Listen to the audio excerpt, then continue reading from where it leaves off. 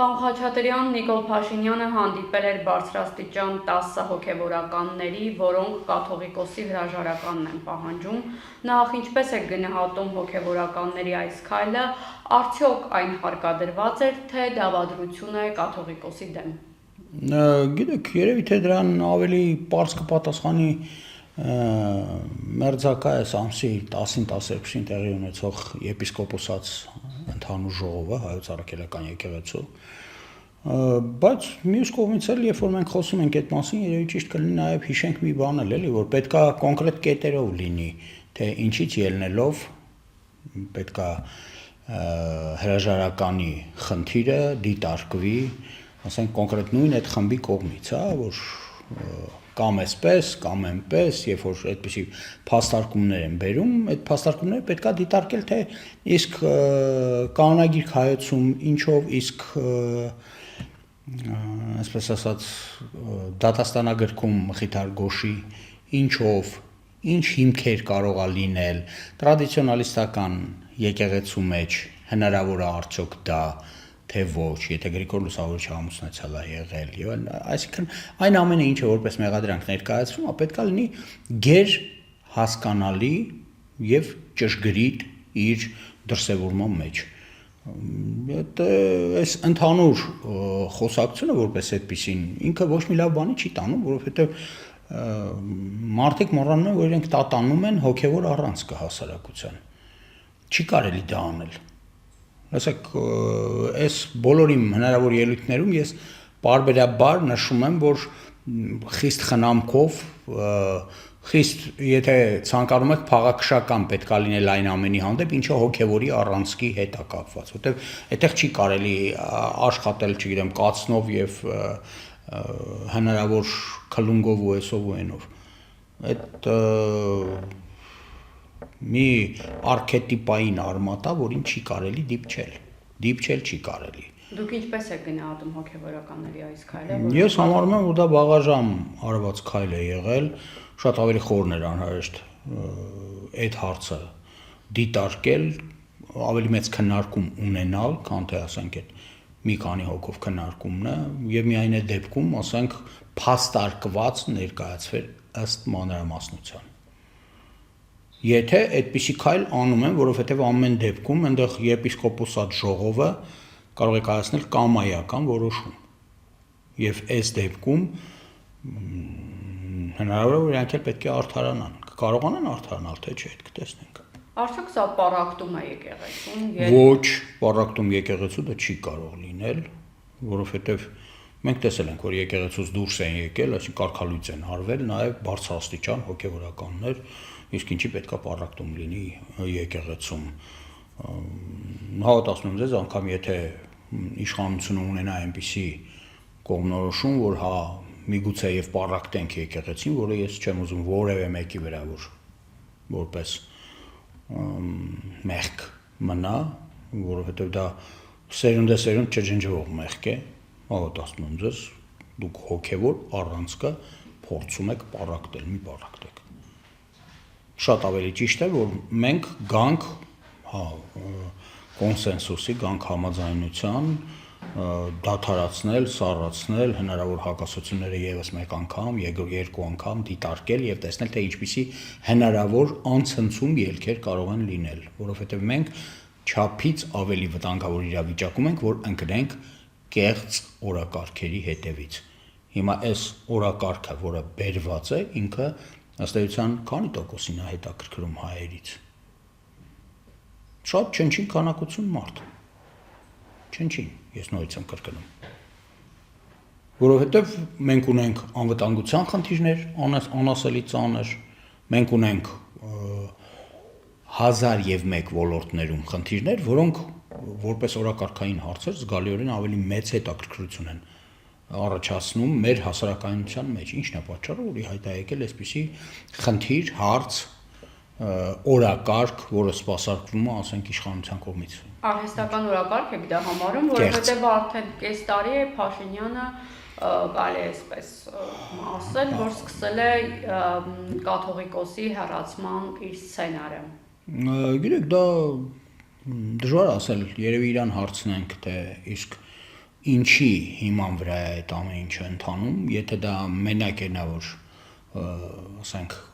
կասկածում են որ կաթողիկոսը երեխա ունի, դրա վրա դա չի կարող հենվել, որովհետև եկեղեցու հիմնադիրը ամուսնացել է եղել, եպիսկոպոսած դասը ամուսնանալու իրավունք է ունեցել շատ երկար ժամանակ հայոց առաքելական։ Ներկա պայմաններում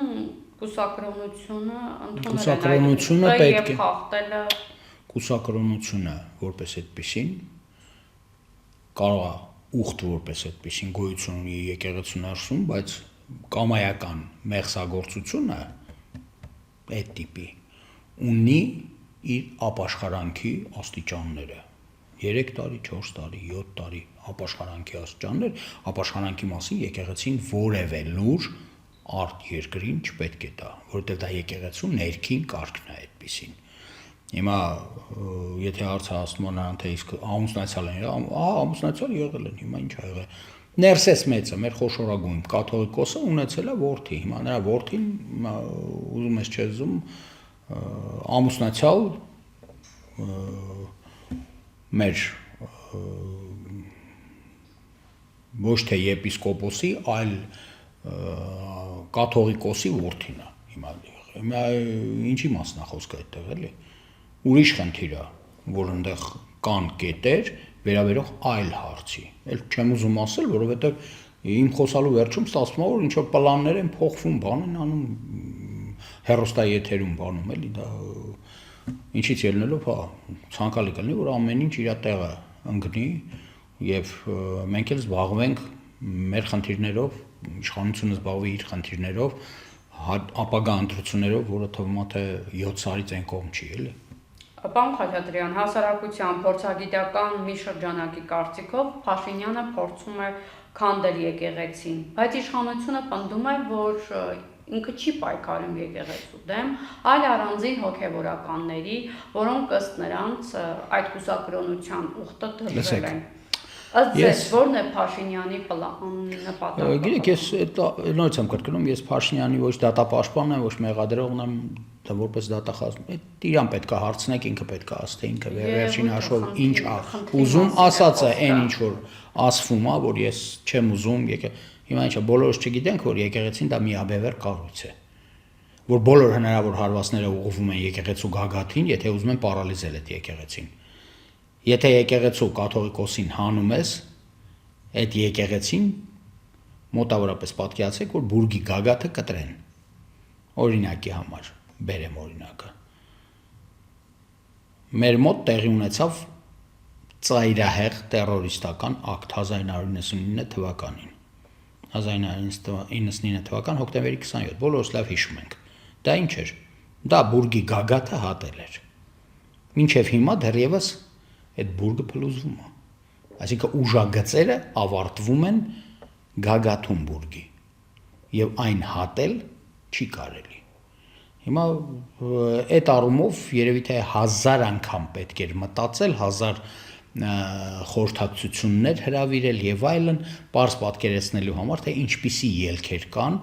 ինչ է անհրաժեշտ անել եւ ինչը չի կարելի ընդհանրապես անել, որովհետեւ դա ազգային անվտանգության խնդիր է իր մեջ կրում ծայրահեղ Էն էլ սերունդների համար, ոչ միայն մեր։ Հիմա նշում եք, որ Փաշինյանը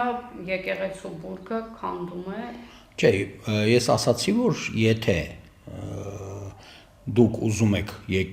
բուրգի գագաթը հանել, դա այդ բուրգը քանդելու առաջին եւ վճռորոշ քայլն է։ Դա հեչ պետք չի անել։ Ես եւս մեկ անգամ հորդորում եմ, որ շատ ավելի ուշադիր գտնվեն այդ հարցերում եւ զգոն, որ թույլ չտան այնպիսի անցում, որը հետագայում հնարավոր չի լինելու որևէ կերպ արդարացնել։ Իշխանությունները կարծես հաստատակամ են իրենց այս օրակարգի շուրջ, գիտեք, Փաշինյանը պարբերաբար եւ ազգային ժողովում եւ կառավարությունում եւ ազգույցների ընթացքում անընդհատ պնդում է, որ կաթողիկոսը իհարկե նա աշխարհի կանոնով է դիմում, պետք է օր առաջ հրաժարական տա նրա կաբինետի անդամները, իշխանության այլ ներկայացուցիչներ այս մասին խոսում են։ Գիտեք, պլանը մշակել է եւ ներկայացրել կետեր, թե ինչպես պետք է լինի այդ պլանը, որ այնտեղ կար հանձնաժողով պետք է կազմի, պետք է ընտրվի նոր կաթողիկոս եւ այլն։ Դեսեք, մեր իշխանությունները, մեր իշխանությունները, ես համարում եմ, որ համանման սցենարը հնարավոր է միայն եկեղեցական եպիսկոպոսած դասի որոշմամբ, որևէ իշխանության որոշմամբ դա ընթացք չի կարող ստանալ։ Դա արտաքին ճնշման ինչ որ փորձեր են, այդ հավատացնում եմ ձեզ, այդ արտաքին ճնշումը շատ բանով խարսխացային բանի վրա, որ աշխարհ գոյություն չունի, մենք էլ այստեղ իշխանություն ենք եւ մենք ասենք ինչ ուզենք, այն էլ վերջին հաշվով կստանանք։ Բայց հիմա այդ դեպքում մնում է մի հարցի էլ պատասխանենք, էլի, թե եկեղեցիների համաշխարհային խորհուրդը ինչու է դատապարտել գոյություն ունեցող իրավիճակը Հայաստանում եկեղեցու եւ իշխանությունների մեջ եղած հարաբերությունների տեսակետից։ Հիմա ինձ հարցնում են, իսկ ինչի է Հռոմի Պապը հայոց առաքելական եկեղեցու Կոստանդնուպոլսո պատրիարքարանից կամ պատրիարքի ներկայությամբ հղում իր ողջույնը եւ օրհնությունը հայոց առաքելական եկեղեցու գլխին։ Այսինքն մենք այս մեր գործողություններով, այս իշխանություն եկեղեցի յուրօրինակ այդ հակադրությամբ փաստորեն առաջացրել ենք միջազգային արձագանք։ Այդ միջազգային արձագանքը մեզ հիմա ընդհանրապես պետք չի։ Ինչու՞։ Որովհետև դա ծնում է մեր երկրի ներքին գործերին խառնվելու բացարձակ հնարավորություններ իր մեջ։ Այսինքն եթե ձեզ մեղադրեցին որպես իշխանություն, ձեր ռեզիստանտությունը, դիմադրունակությունը արտաքին ճնշումների հանդեպ կտրուկ ընկնում է։ Բոլորս լավ հասկանում ենք, եթե դա բարձրացվի որպես մեղադրանք եւ միջազգային տարբեր հարթակներում, հասկանում ենք, թե դա ինչի կվերի։ Մենք Ռուսաստանը չենք, էլի, որի թիկունքում կանգնած ասենք Չինաստանը, կանգնած ասենք ինչ որ չափով Հնդկաստանը, կանգնած Պարսկաստանը։ Արտաքին ճնշման մասին խոսեցիք, ձեզ արտաքին ճնշման դիտանկյունից է Փաշինյանը փորձում կաթողիկոսին հեռացնել։ Նո դժվար ասել, ես նույնիսկ եմ կրկնում, էլի, այնտեղ շատ բան կարող ապագա ընտրություններն է փորձում հնարավորինս կարգավորել իր համար, որպեսզի հեշտ լինի վերարտադրվելը։ Հնարավոր է արտաքին ճնշումը լատենտ ճնշումը, այն ինչը մենք չենք տեսնում, բայց ինչը կարող է լինել շատ ուժեղ եւ ըստ էության շանսեր չթողնել, ասում են բանում կա, չէ, ամերիկյան ֆիլմերից մեկում կար, չէ, որ ասում է անում են առաջարկ, որից դու չես կարող հրաժարվել։ Այդպիսի բաներ կան քաղաքականության մեջ, բայց դրանցից որ մեկն է եւ արդյոք ինչ որ մի խումբ չի այդպիսի հնարավորությունների, որոնք ազդում են, ասենք, տարբեր ուղղություններով, այդ արդեն երևի թե մինչեւ վերջ կերևա պատմական ինչ որ կտրվածքի մեջ եւ ոչ թե հենց առօրյա այսօրվա մեր պատկերացրած եւ տեսած էս կարճ դիստանցիայի վրա։ Նշեցիք, որ որոշողը եպիսկոպոսների դասն է եւ ինչ եք կարծում 10 եպիսկոպոս եւ արքեպիսկոպոսը, որոնք պահանջում են Գարեգին Բրիդը։ Արքեպիսկոպոս պետք չի ասել։ Հրաժարականը։ Հա, ձևակերպի հարցը։ Արդյոք այդ թիվը բավարար է, որպեսզի կաթողիկոսը հրաժարական տա։ Ոչ, դա ոչ միայն բավարար չի, այդ եպիսկոպոսած դասը երբ որ եկավ, այդ 10 չեն, 20 չեն, 100 էլ չեն, էլի։ Այսպես ասենք, չէ, արքեպիսկոպոսը մեր եկեղեցու նվիրապետական աստիճաններում չկա։ Այդ տրվում է բազմամյա եպիսկոպոսին, որը հարգարժան վարել է իր պաշտոնը։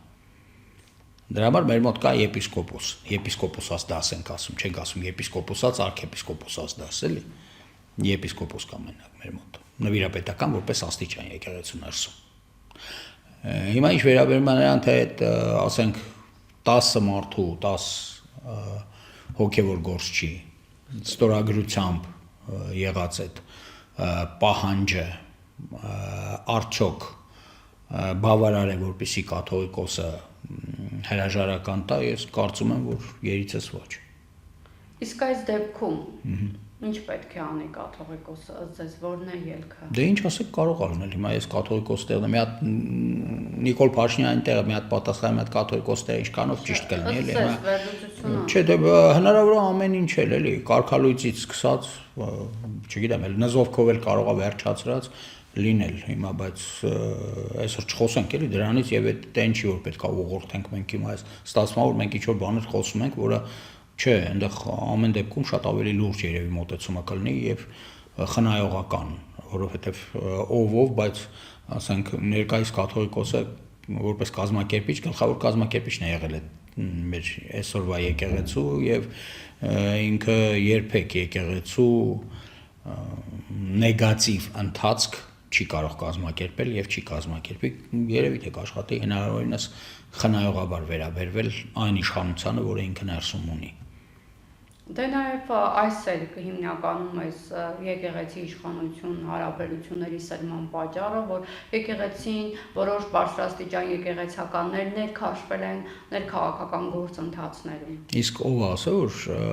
հոգևորականը չի կարող ներքաշվել եկեղեցական քաղաքական գործընթացներում։ Երբ որ մեր մոտ անցում է տեղի ունեցել, հոգևորականներ եղել են մեր падգամավորներից։ Բոլորս հիշում ենք, չէ՞ որ եղել են։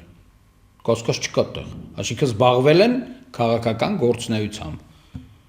Ոչ մեկը չի կարող ասել, որ այ հոգևորականը չպետք է զբաղվի քաղաքական գործունեությամբ։ Այդ որտեղ է գրված այդ բանը։ Ցույց տվեք այդպիսի մի օրենք։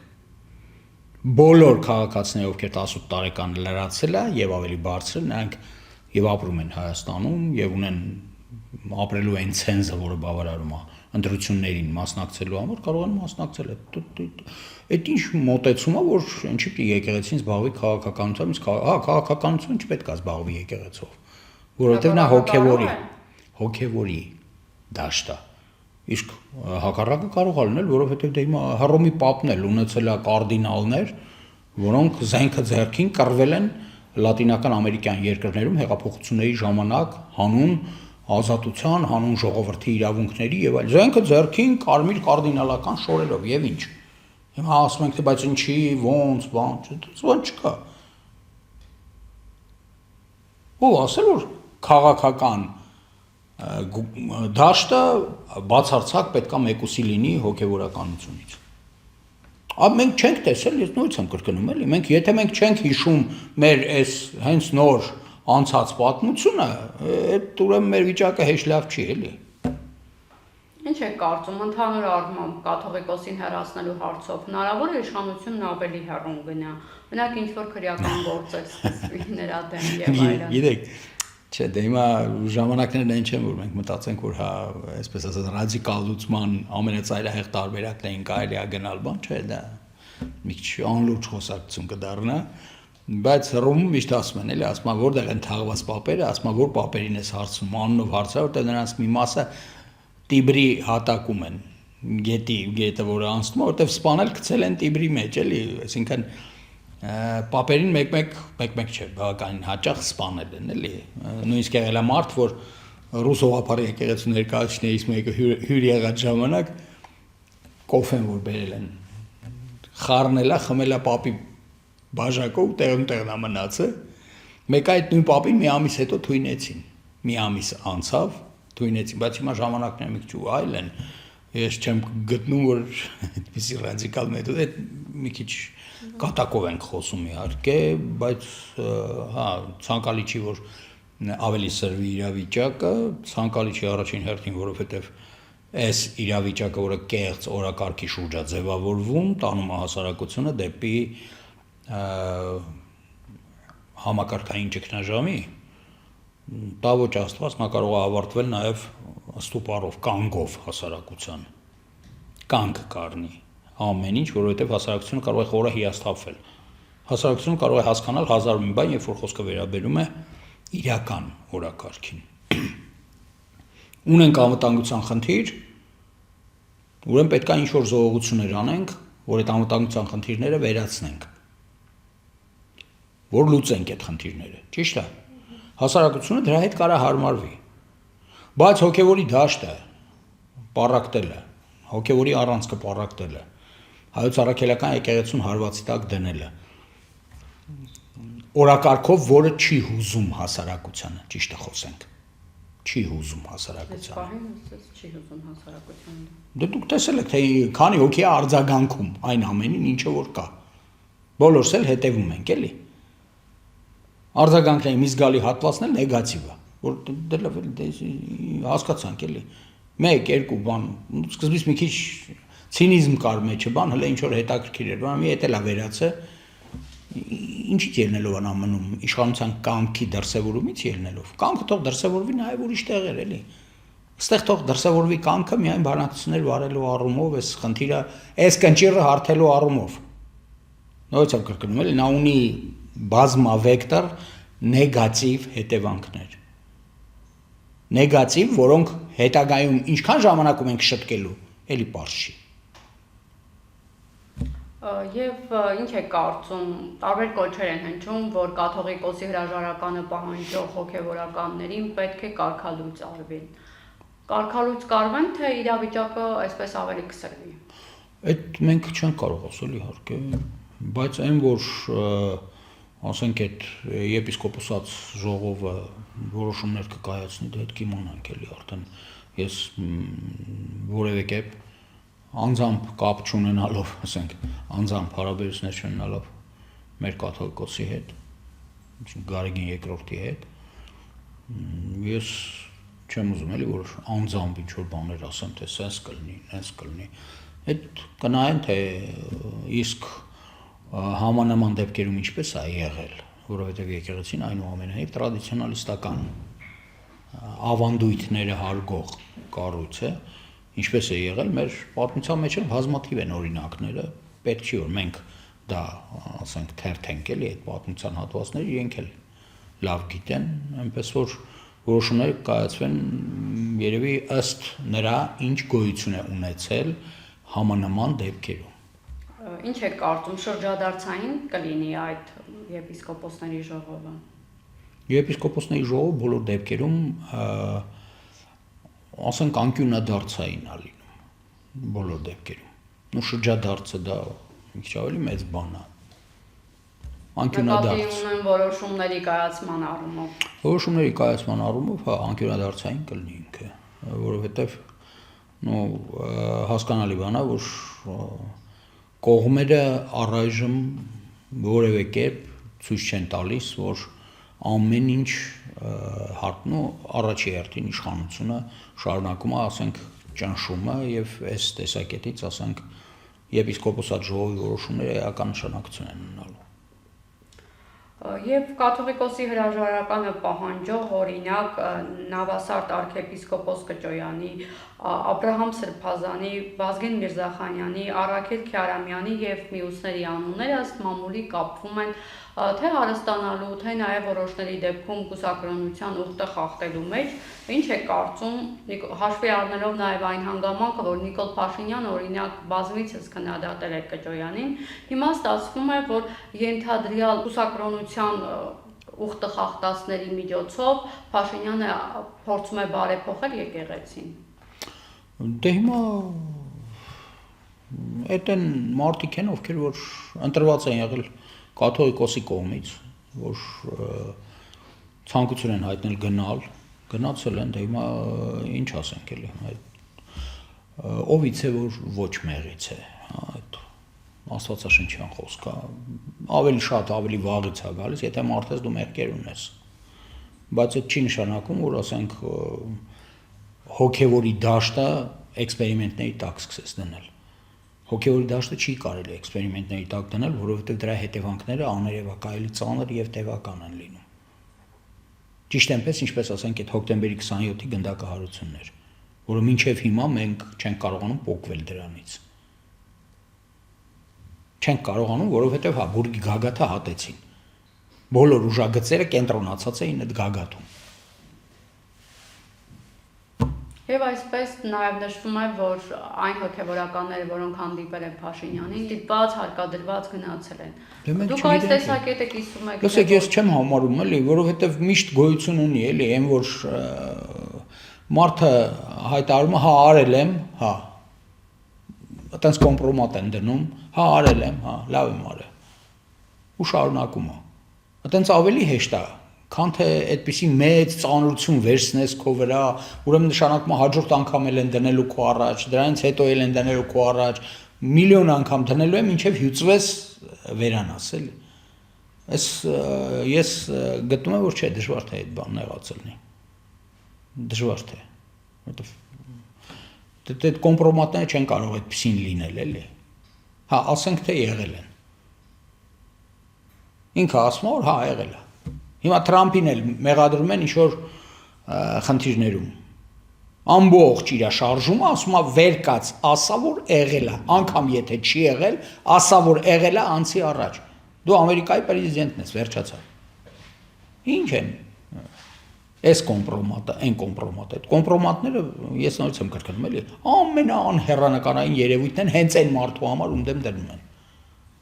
Ընդհանրապես հանգուցալուծումը այս ամենին ինչպես եք տեսնում։ Հանգուցալուծումը ես տեսնում եմ ցանկալի հանգուցալուծումը, այս դեպքում տես ձևակերպենք, ցանկալի հանգուցալուծումը ես տեսնում եմ հաշտեցման process-ի մեջ այս կարճ ժամանակահատվածի համար, որպեսզի երկիրը ցնցումների մեջ չընկնի ընտրությունների նախաշեմի, երբ նա առավել քիչ պաշտպանված է լինելու։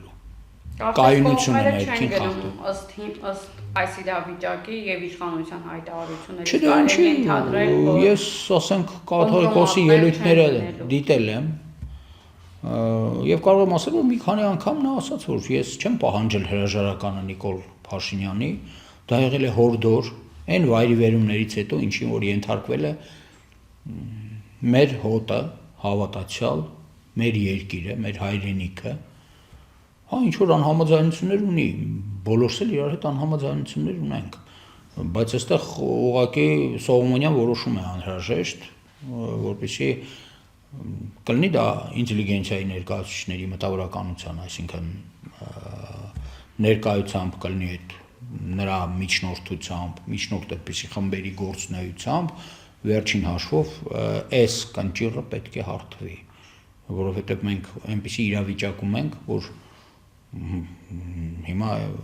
հա կարելի է միշտ քննադատել, բայց իմ համար ծայրահեղ բանը մեկն է, էլի որ հանկարծ ինչի ենք սկսել խոսալ, թե բանը թուրքերը մեր բարեկամներն են, ադրբեջանցիները մեր բարեկամներն են։ Այախբեր այդ որտեղ է տենց բան երբևէ տեղի ունեցել, որ մեկը մեկին գենոցիդ արած, գիտենք ով ում գենոցիդ արել, չէ, մոտավորապես, որ այդ միջև եղած թշնամանքը կախարդական փայտիկի մի հատ ինչ-որ շարժմամբ լուծվել է։ Հիմա ես գտնում եմ, որ ժամանակն է, որ մենք այդ պատրանքներն էլ թողնենք մի կողմ, էլի։ Եվ այս շատ լավ առիթ է, որովհետեւ մենք հնարավորություն ունենք ընդհանրապես մեր ինքնության մասին եւս խոսենք, թե իսկ ո՞րն է մեր ինքնությունը վերջը, էլի։ Եվ ինչքանով է դա կապված հայոց առաքելական եկեղեցու հետ եւ մնացած ամեն ինչի հետ։ Եվ այդ ամենը բերի նրան, որ մենք